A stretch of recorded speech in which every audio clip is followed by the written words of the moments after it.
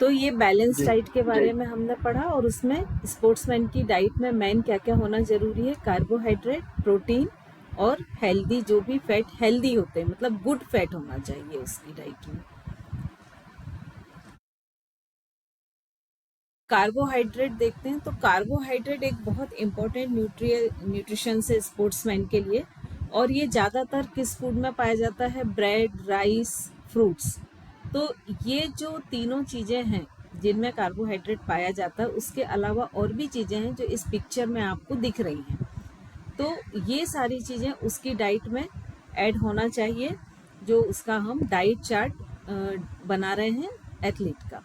और जब ये सारे फूड्स जो हैं वो लेते हैं तो एथलीट, तो उनकी जो परफॉर्मेंस होती है उसमें एनर्जी आती है, और वो टायर्डनेस बहुत जल्दी फील नहीं करते हैं। क्योंकि यदि कार्ब्स कम होता है तो व्यक्ति को बहुत जल्दी फटिगनेस आने लगती है, और वो बहुत जल्दी अपने आप को थका हुआ महसूस करने लगता है। तो इसके लिए बहुत ज़रूरी है कि कार्ब उसको कितना लेना चाहिए एथलीट को, 6 से 10 ग्राम पर केजी, मतलब उसका जो भी बॉडी वेट है, तो पर 1 केजी के लिए 6 से 10 ग्राम।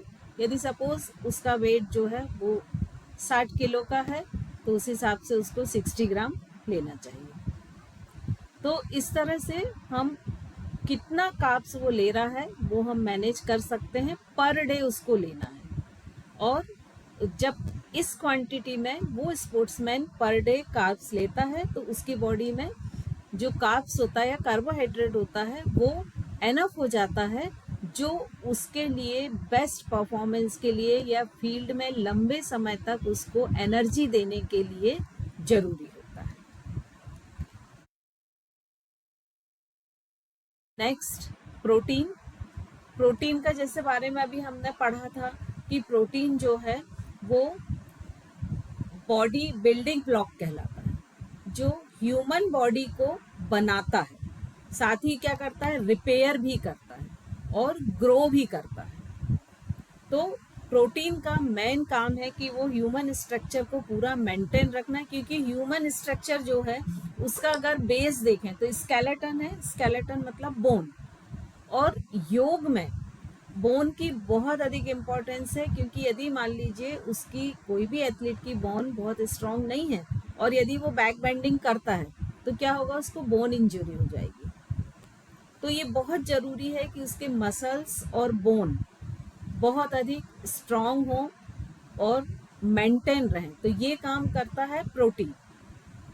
और प्रोटीन की क्वांटिटी कितनी बताई गई है, 1.2 से 2 ग्राम तक जो है प्रोटीन पर किलो ऑफ बॉडी वेट, ये हर दिन उस एथलीट को देना है। और उसके जो बहुत सारे तरह के फूड होते हैं जिनमें प्रोटीन मिलता है, तो उसमें एग है, फिश है, बीन्स है, बहुत सारे डेयरी प्रोडक्ट होते हैं, नट्स हैं, नट्स में भी प्रोटीन मिलता है। तो ये सारे अगर वो डेली लेता है तो उसका जो परफॉर्मेंस होता है वो बेस्ट होता है, और वो अच्छी तरह से प्ले कर पाता है, अपने गेम को खेल पाता है।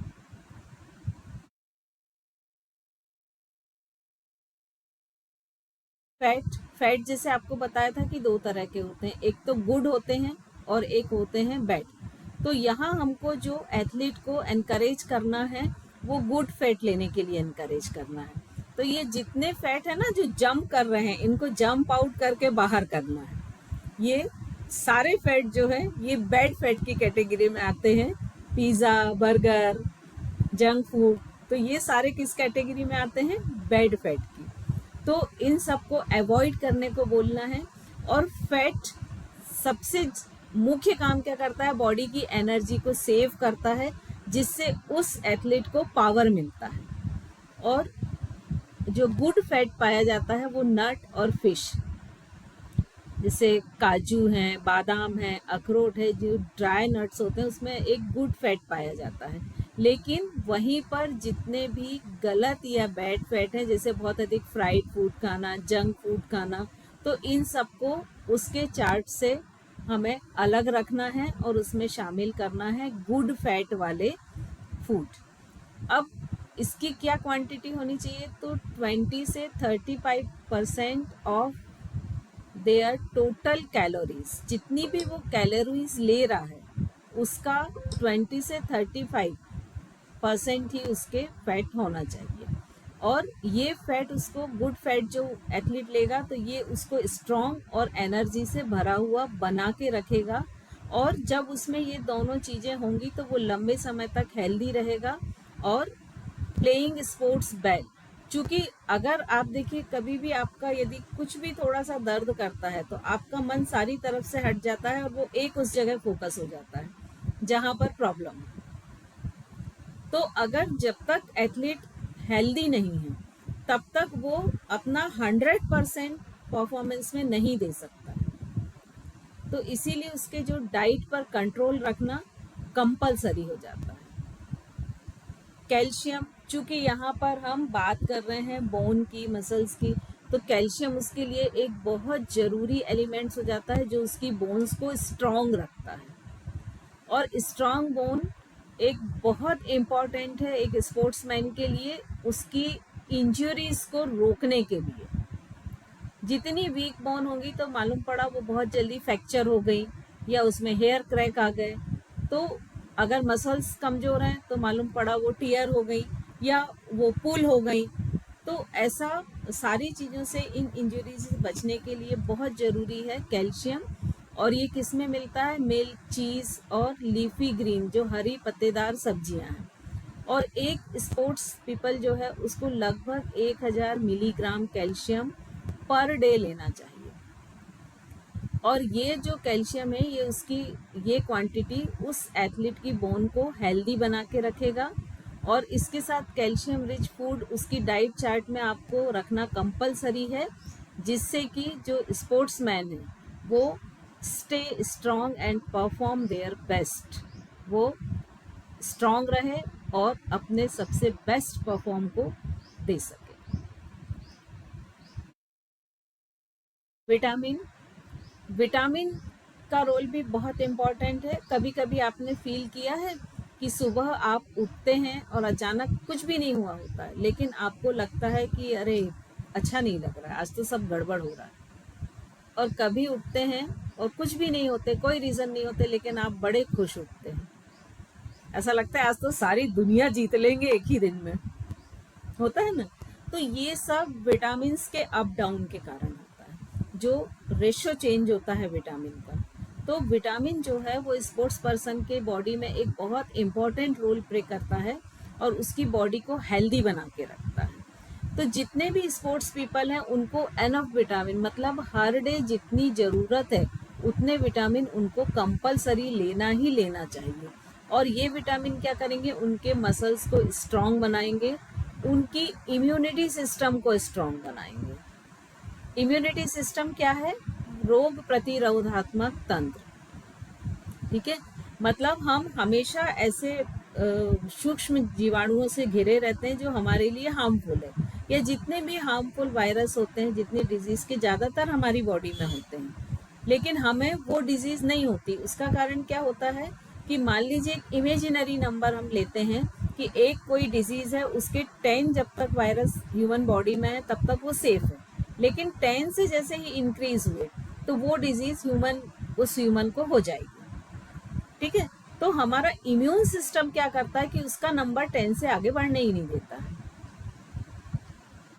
तो ये जो इम्यूनिटी सिस्टम है ये ह्यूमन बॉडी का एक रक्षात्मक तंत्र है जो उसकी पूरी बॉडी की रक्षा करता है, और ये स्ट्रांग होता है विटामिन से।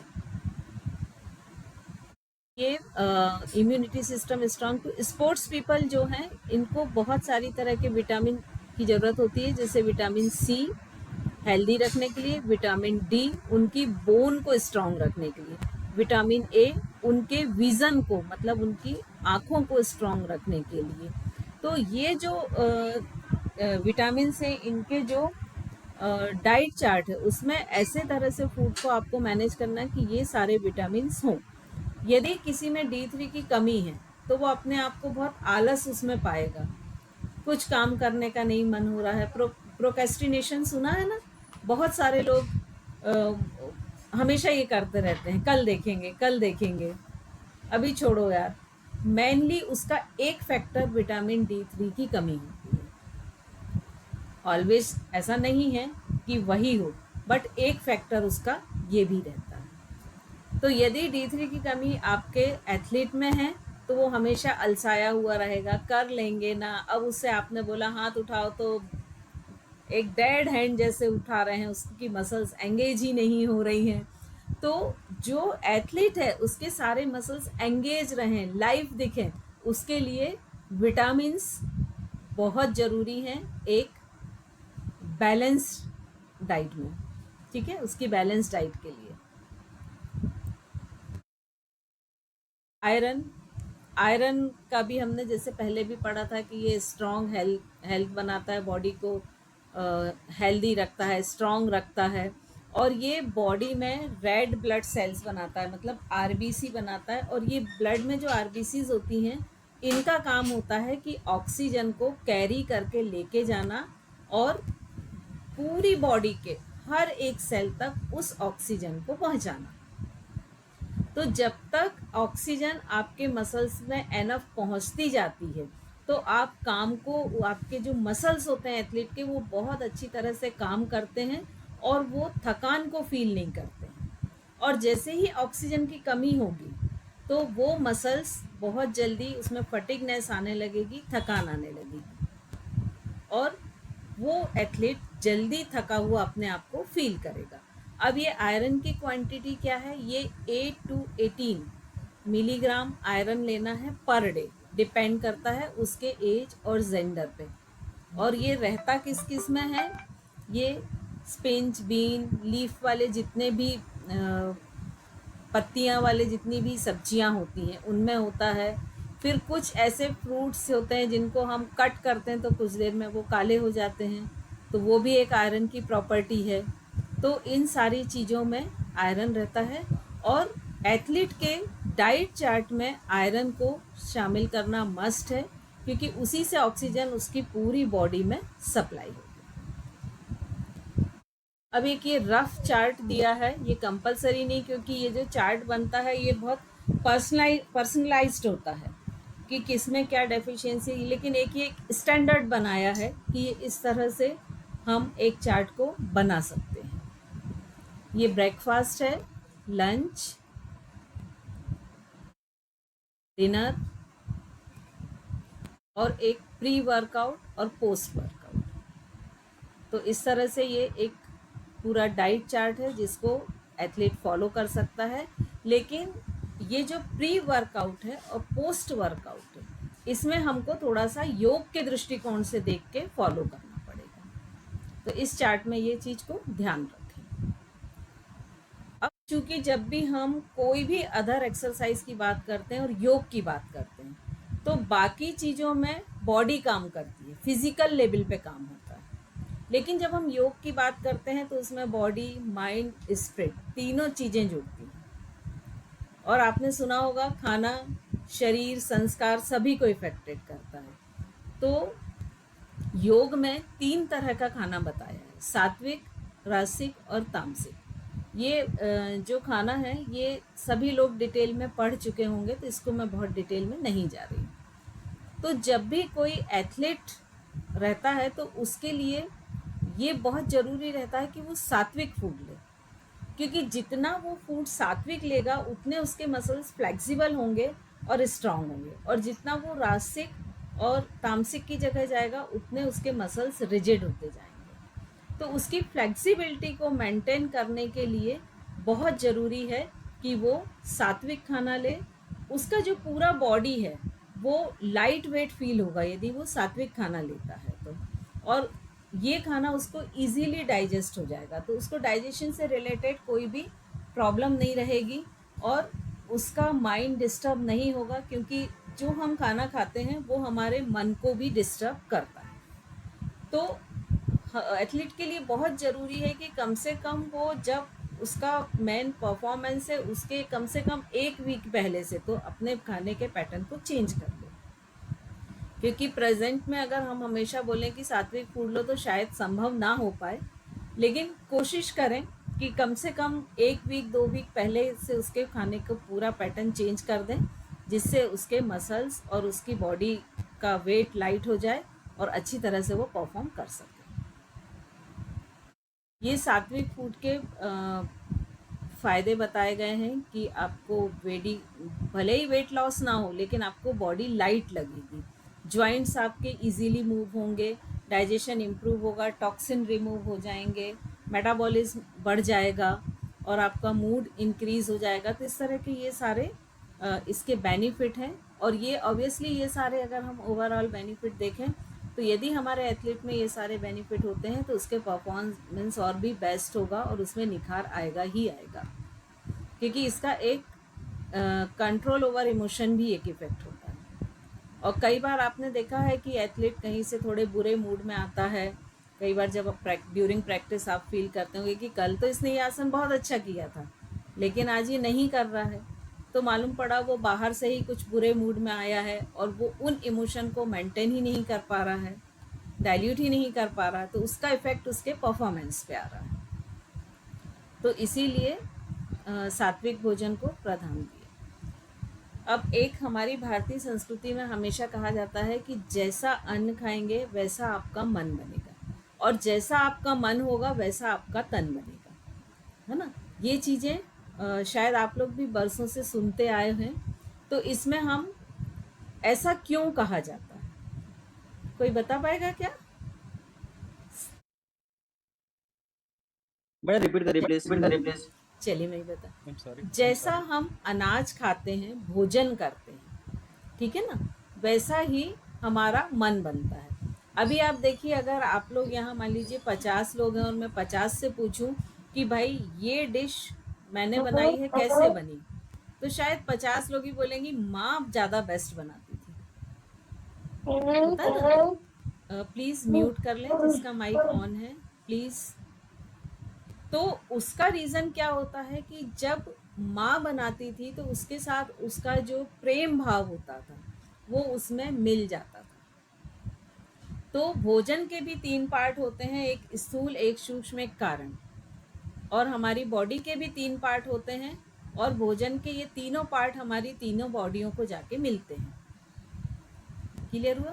तो जिस तरह का हम खाना खाएंगे, एक एग्जाम्पल लीजिए छोटा सा। आप लोग लेट हो रहे हैं लेकिन अब फिर भी मैं इसको ख़त्म करूँगी तो एक छोटा सा आप एग्जाम्पल लीजिए। आजकल बहुत रिवाज है कि हर घर में कुक रखा जाता है, ठीक है।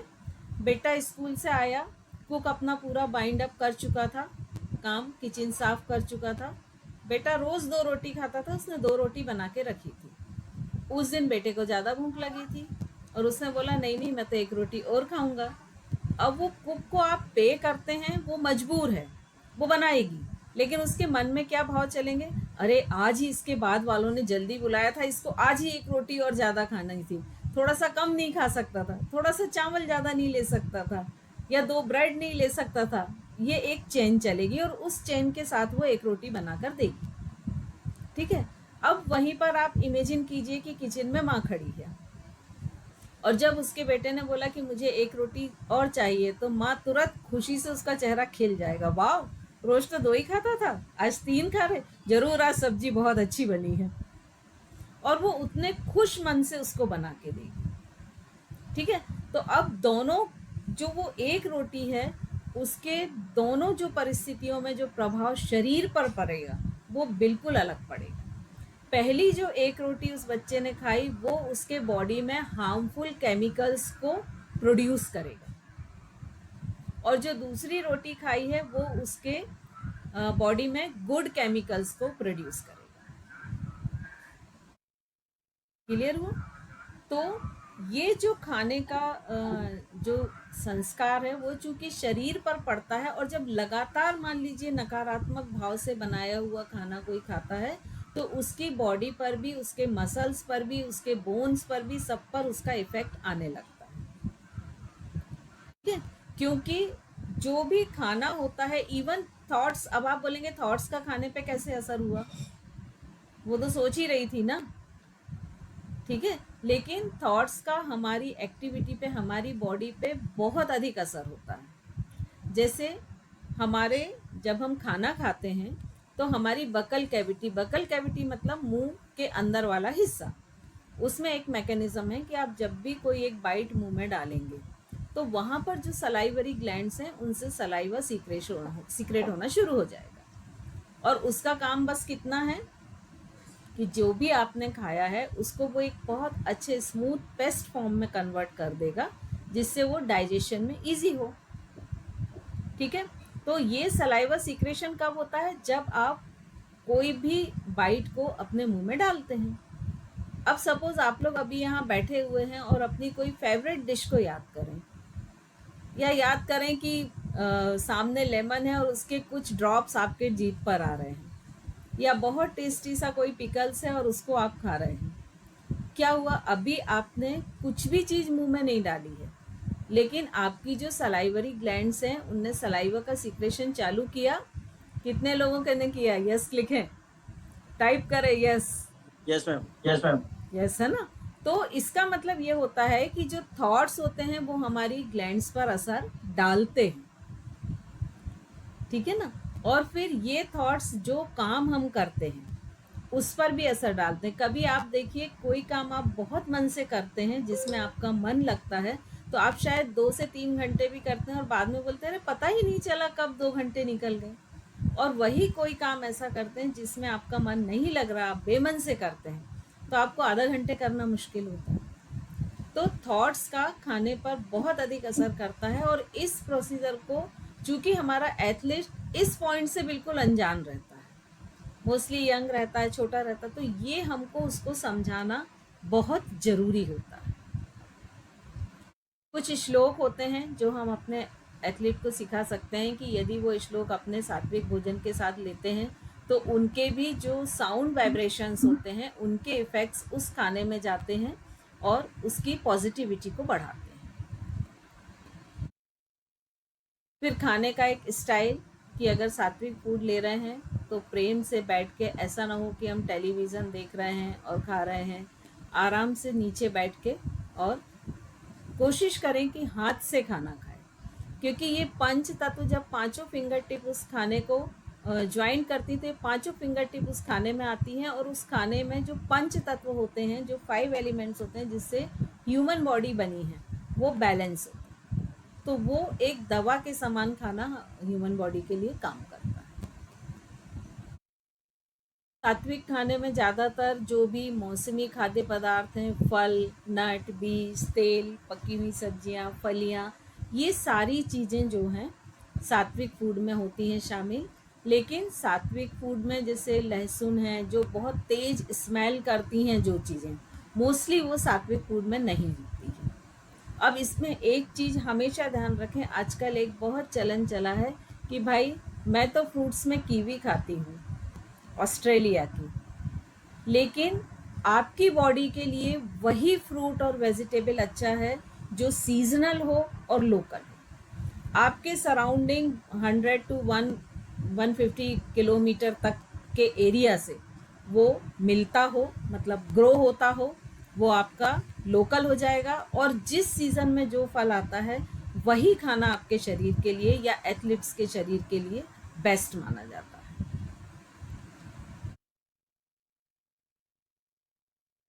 तो ये आपकी कंप्लीट डाइट है जो आपको अपने एथलीट को ध्यान रखते हुए, उसकी ज़रूरतों को ध्यान रखते हुए, उसके